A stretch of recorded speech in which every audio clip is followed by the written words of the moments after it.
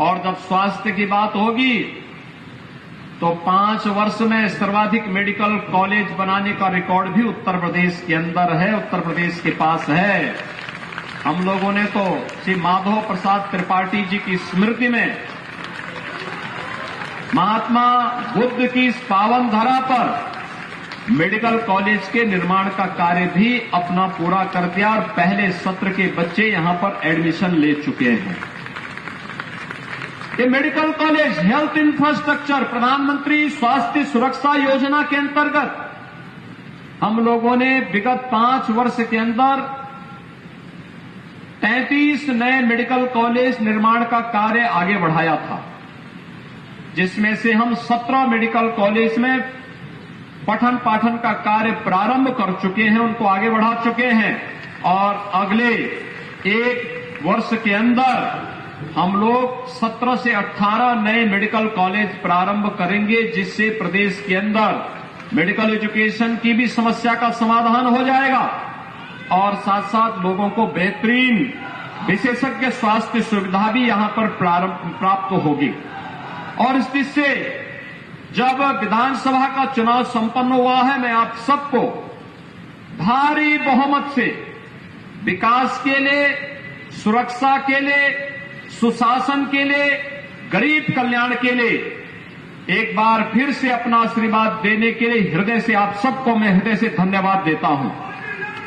भाइयों बहनों, हम लोगों ने विगत 2 वर्ष के दौरान इस सदी की सबसे बड़ी महामारी कोरोना का सामना किया।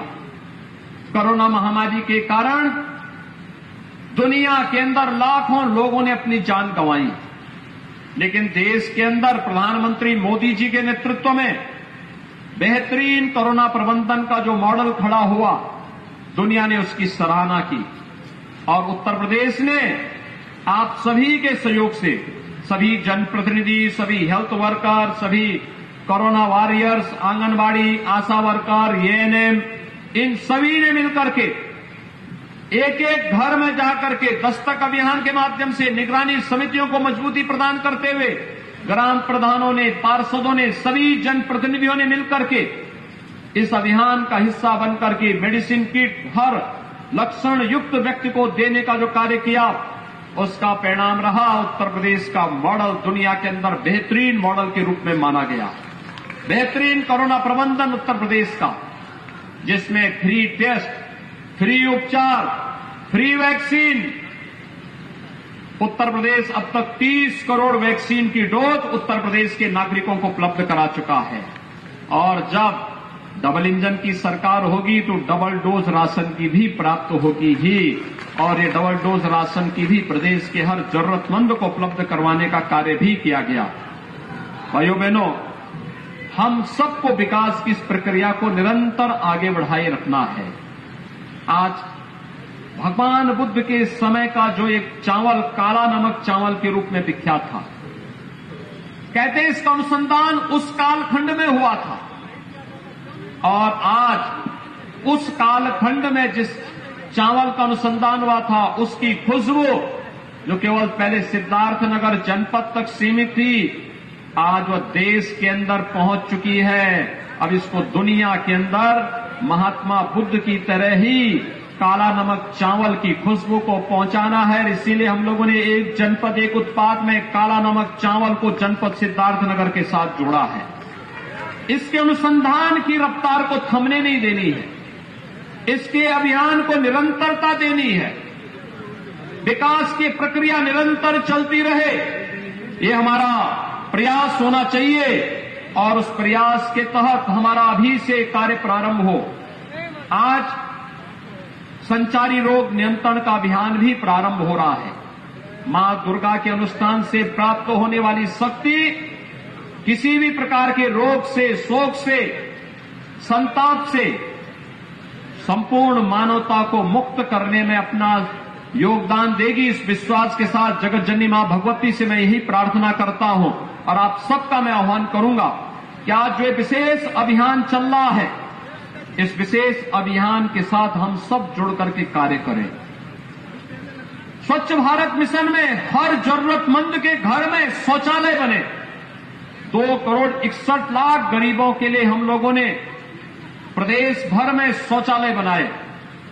जिन लोगों के पास सिर ढकने के लिए छत नहीं थी, ग्रामीण और शहरी क्षेत्र में ऐसे 43.5 लाख गरीबों को एक आवास उपलब्ध करवाने का कार्य किया गया। जिन लोगों के पास राशन के कार्ड नहीं थे, ऐसे 15 करोड़ लोगों को राशन की सुविधा फ्री में उपलब्ध करवाने का कार्य कोरोना जैसी महामारी के दौरान किया गया। और आज हम सब इसीलिए आए हैं कि ये जितना भी अभियान चल रहा है, उत्तर प्रदेश के प्रत्येक नागरिक को स्वस्थ बनाए रखने के लिए मेरा अनुरोध होगा आप लोगों से। स्वास्थ्य की सुविधाओं में तेजी के साथ वृद्धि हो रही है और आयुष्मान भारत कार्ड, मुख्यमंत्री जन आरोग्य योजना के अंतर्गत जो गोल्डन कार्ड बनाए जाने हैं, ये कार्ड हर वह व्यक्ति बना ले जिसका नाम उस सूची में आ चुका है, क्योंकि उस कार्ड के माध्यम से आप जहां कहीं भी जाएंगे इन पैनल्ड हॉस्पिटल में आपको फ्री में उपचार की सुविधा उपलब्ध हो जाएगी। और साथ साथ सरकार को भी इस कार्यक्रम को सफलतापूर्वक अन्य लोगों तक पहुंचाने में भी सफलता प्राप्त हो जाएगी। कोई जरूरतमंद व्यक्ति उपचार के अभाव में न रहने पाए, कोई जरूरतमंद व्यक्ति शिक्षा से वंचित न होने पाए, कोई भी जरूरतमंद व्यक्ति हर उस व्यक्ति तक शासन की योजनाओं का लाभ पहुंचे, ये हमारा प्रयास होना चाहिए। और भाइयों बहनों, हमारा प्रयास होना चाहिए कि हम कहीं भी गंदगी न होने दें। याद रखना, स्वच्छता इसका अभियान का हिस्सा है। मच्छर पे गंदगी होगी तो मच्छर पैदा होंगे, मच्छर होंगे, मलेरिया होगा, इंसेफ्लाइटिस होगा, डेंगू होगा, कालाजार होगा, चिकनगुनिया होगा। और इसलिए हमारा प्रयास होना चाहिए गंदगी न हो, जल जमाव न हो, कहीं भी ऐसी स्थिति न हो जिसके कारण किसी भी प्रकार के मच्छर या अन्य ऐसे बैक्टीरिया को पैदा होने का अवसर मिले जो तमाम प्रकार की बीमारियों का कारक बने और फिर निर्दोष लोगों के जीवन को लीलने का कार्य करे। ये विशेष अभियान इसी के साथ चल रहा है। इसमें स्वच्छता के कार्यक्रम को हमें प्राथमिकता के आधार पर आगे बढ़ाना होगा, सैनिटाइजेशन की कार्रवाई को आगे बढ़ाना होगा। ये केवल सरकारी संस्थाएं इसके साथ जुड़े महत्वपूर्ण नहीं, समाज के एक एक व्यक्ति को जुड़ना पड़ेगा, हर जागरूक नागरिक को जुड़ना पड़ेगा, ग्राम पंचायतों को जुड़ना पड़ेगा, क्षेत्र पंचायत, जिला पंचायत, नगर पंचायत, इन सभी को सामूहिक रूप से इस अभियान का हिस्सा बनना पड़ेगा। और सामूहिकता में बड़ी ताकत होती है।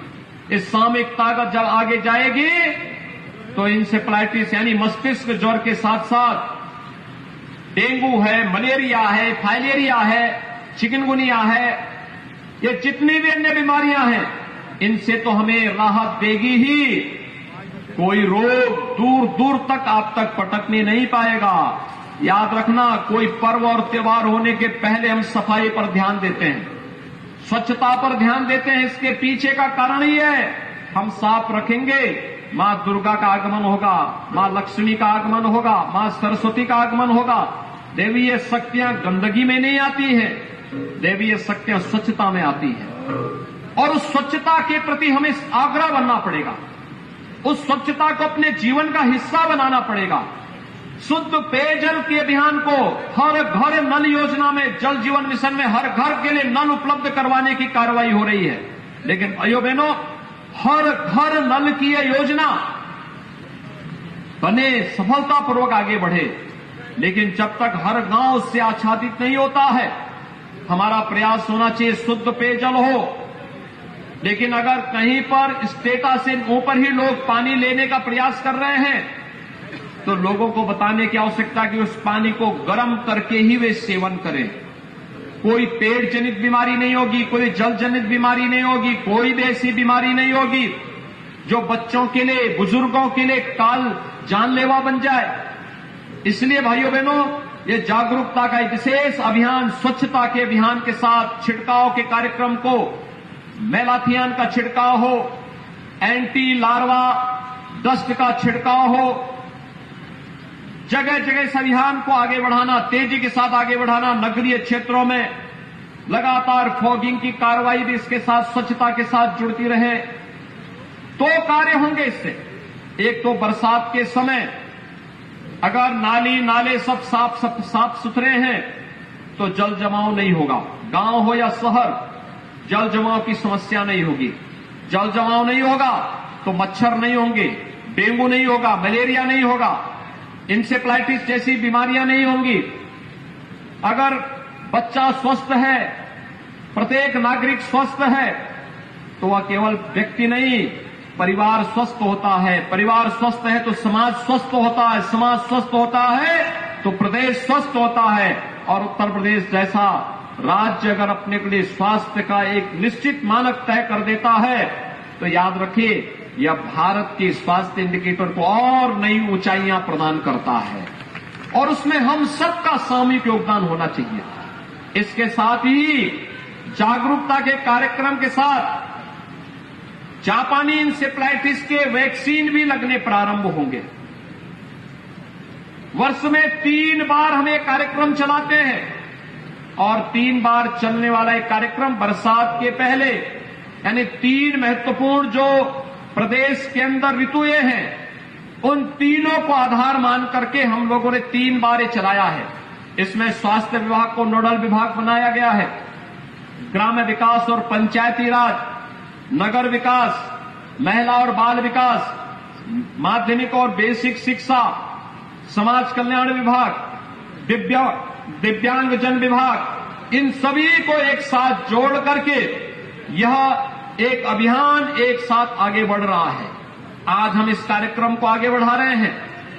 कल आपने देखा होगा 1 अप्रैल से गेहूं क्रय केंद्र प्रारंभ हुए हैं। यह सच है कि अभी गेहूं को तैयार होने में कम से कम 1 सप्ताह लगेगा, लेकिन आने वाले समय में जब गेहूं तैयार होंगे तो क्रय केंद्र आपके लिए तैयार मिलेंगे और इस अभियान को हम तेजी के साथ आगे बढ़ाएंगे। किसी भी अन्नदाता किसान को परेशानी नहीं होगी। इसके लिए यह कार्यक्रम हमारा आगे बढ़ाने का कार्य होगा। एक दूसरा, आज संचारी रोग नियंत्रण का कार्यक्रम चल रहा है और 4 तारीख से यानी 4 अप्रैल से हम लोग पूरे प्रदेश में स्कूल चलो अभियान आगे बढ़ाएंगे।